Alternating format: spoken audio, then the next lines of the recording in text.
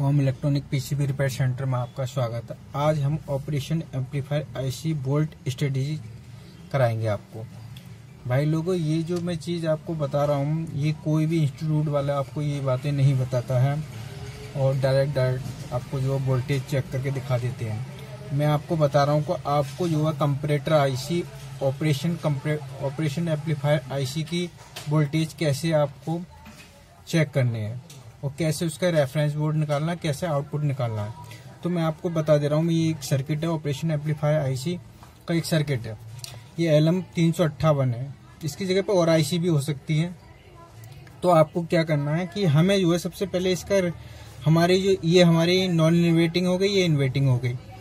तो भाई लोगों, मैं पहचान रहा हूँ ऑपरेशन एम्पलीफायर की जो मेन पहचान है वो हमारे आउटपुट से इन्वर्टिंग पर एक रेजिस्टेंस लगी होगी, तो इसे ऑपरेशन एम्पलीफायर कहते हैं। और जिस पे आउटपुट से रेजिस्टेंस नहीं लगी होगी तो वो कंपैरेटर का कार्य करती है। तो इसी प्रकार से ऑपरेशन एम्पलीफायर की हमारी मेन पहचान ये है कि इन्वर्टिंग पिन पर हमारी जो है आउटपुट से एक रेजिस्टेंस लगी होगी, तो उसकी यही पहचान है कि ये हमारे जो ऑपरेशन एम्पलीफायर है, तो इसकी यही पहचान होती है। तो भाई लोगों, मैं आपको बता रहा हूँ कि इसमें जो है हम जो है किस प्रकार से आउटपुट के वोल्ट को पता करते हैं कि हमारे आउटपुट पर कितने वोल्ट होने चाहिए। तो इसकी हम पहले रेफरेंस निकालेंगे। ये हमारी रेफरेंस रहा। तो रेफरेंस का सूत्र है, मैं आपको बता रहा हूँ सूत्र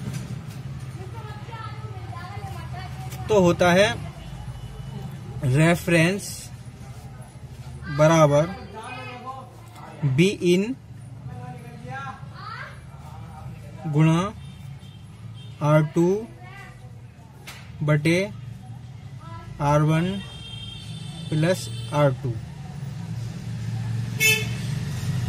तो अब हमें रेफरेंस निकालना है इसका यहाँ का।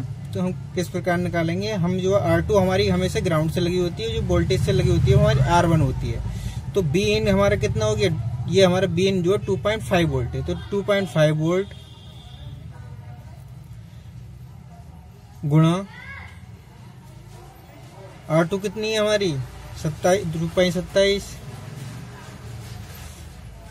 बटे R1 कितनी है हमारी 27 प्लस R2 कितनी है हमारी 2.7 सॉरी। आगे जाके जब हम इसे गुणा करेंगे इसी प्रकार से, तो भाई लोगों मेरा फोन जो है उस पर लगा हुआ है, मैं आपको बता रहा हूँ कितने आएंगे। यहाँ पे हमारे जो आएंगे 2.227 मिली वोल्ट आएंगे।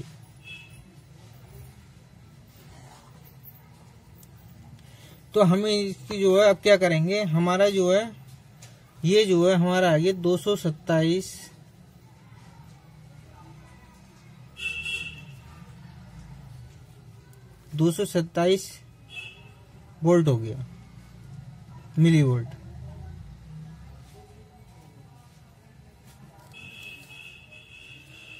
दो 227 मिली वोल्ट हमारा जो है रेफरेंस हो गया। अब क्या करेंगे, अब हमारा रेफरेंस वोल्ट आ गया हमारा 227 मिली वोल्ट। अब हमें निकालना है, तो हमारा एक दूसरा सूत्र लगेगा। अब आउटपुट का सूत्र होता है हमारा, आउटपुट बराबर होता है रेफरेंस गुणा R1 प्लस रेफरेंस बटे R2। तो इस प्रकार अब हम क्या करेंगे, रेफरेंस कितना हमारा, हम इसे क्या करेंगे 227 बाद में जो 1000 से भाग दे देंगे, हम बोल्ट कर लेंगे इसके। तो यहाँ 227 लिख ले रहे हैं। 227 गुणा R1 हमारी कितनी है 27,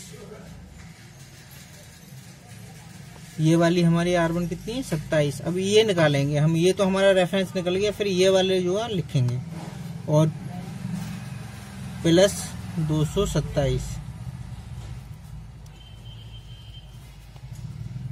बटे R2 हमारा कितना है, ये 2.5 7 तो बराबर आएगा हमारा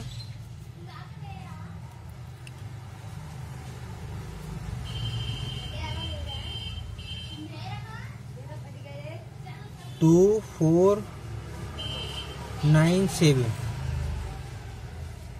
ये हमारा हो गया मिली वोल्ट। अब हम इसे वोल्ट में बदलने के लिए वोल्ट में जब बदलेंगे तो हम क्या करेंगे 2.497 को 1000 से भाग दे देंगे तो ये हमारा आ जाएगा 2.4 की जगह हम क्या करें 2.497 तो हमारा ये वोल्ट जो आ गया निकल के 2.5 वोल्ट आउटपुट निकल के आ गया। तो भाई लोग हम इसी प्रकार से किसी भी ऑपरेशन एम्पलीफायर के वोल्ट निकाल लेते हैं।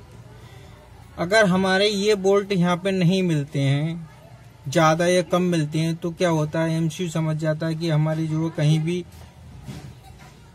वोल्टेज बढ़ गए हैं घट गए हैं। तो भाई लोग एक हमारे दोस्त ने कमेंट करा था कि शंट क्या होता है, तो ये किस प्रकार काम करता है। शंट ये हमारा है, तो जब इस पे लोड पड़ता है आईपीएम, ये हमारी ग्राउंड से होती है लगी हुई शंट, तो जब आईपीएम की तरफ लोड होता है यानी कि आईपीएम जब शॉर्ट होता है तो क्या करेगा, यहाँ पे जो है हमारे वोल्टेज यहाँ आ जाएंगे, ये निगेटिव इधर का जो जब यहाँ पे हमारी लोड पड़ेगा तो लोड पड़ने पे क्या होगा, जितने हमारे मिली ओम का रेजिस्टेंस है उतने मिली ओम इधर जो बढ़ जाएंगे। जब बढ़ जाएंगे तो क्या होगा, यहाँ पे जो है कम ऑपरेशन एम्पलीफायर जो अपने वोल्ट यहाँ वेरिएशन हो जाएगा। तो इसे जो एक तरीके से ये डिफरेंशियल एम्पलीफायर का काम करता है। तो इसकी जैसे मान लो हमारे यहाँ पे 100 मिली करंट बढ़ा,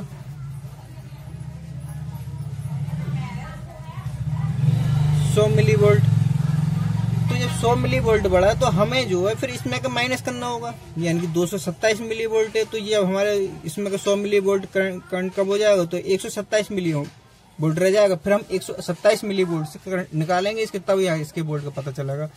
तो इसी प्रकार से जब ओवरलोड होता है तो हमारा कंपैरेटर यहाँ जो है वोल्टेज हमारे जो है क्या होगा कि यहाँ पे जो है जब हमारे कंपैरेटर पे लोड पड़ेगा तो वोल्टेज कम हो जाएंगे। कम होने पे क्या होगा कि हमारे जो एमसीयू समझ जाएगा कि हमारी जो है लोड है, लोड के वजह से क्या करेगा वो किसी भी चीज को जो चला रहा है उसे जो है सिग्नल देने बंद कर देगा और आईपीएम को बंद कर देगा। तो इसी प्रकार से ये वर्किंग करता है। और जब आपको चेक करना होगा तो मैं बता रहा हूँ आपको, जब नॉन इन्वर्टिंग पर हमारे वोल्ट 227 मिली वोल्ट होंगे तो इन्वर्टिंग पर हमारे जो है 227 मिली वोल्ट से कम होंगे। तो जब कम होंगे तब इसी प्रकार ये जो है यहाँ पे हमारे 2.27 मिली वोल्ट होंगे।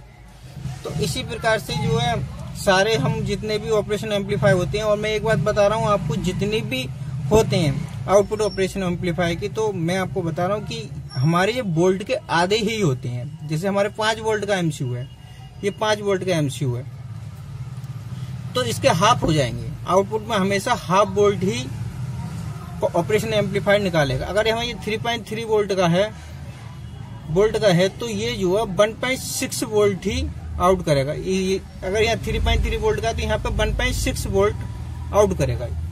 तो इसी प्रकार से एक मैं फार्मूला बता रहा हूँ आपको, इतनी गुना भाग ना करके आप जो है 2.5 वोल्ट और 3.3 की जगह पे आप 1.6 वोल्ट ये आपको वोल्टेज चेक करने, अगर ये कम बढ़ती है तो आपकी ये रेजिस्टेंस से खराब हो सकती है। तो इसी प्रकार से आपको चेक करना है, क्योंकि इसमें ये क्या एसएमडी रेजिस्टेंस होती है, इन्हीं के खराब होने से जो है ऑपरेशन एम्पलीफायर जो है ठीक से काम नहीं कर पाता और जो है ये जो है एरर दे देता है। तो इसी प्रकार से आप ठीक तरीके से आपको स्टडी करनी है और आपको ये वोल्टेज सारे आप कैलकुलेशन करके आपको यही आएंगे। तो इसी प्रकार की अच्छी वीडियो पाने के लिए आप चैनल को सब्सक्राइब करें, लाइक करें, कमेंट करें। जय हिंद, जय भारत।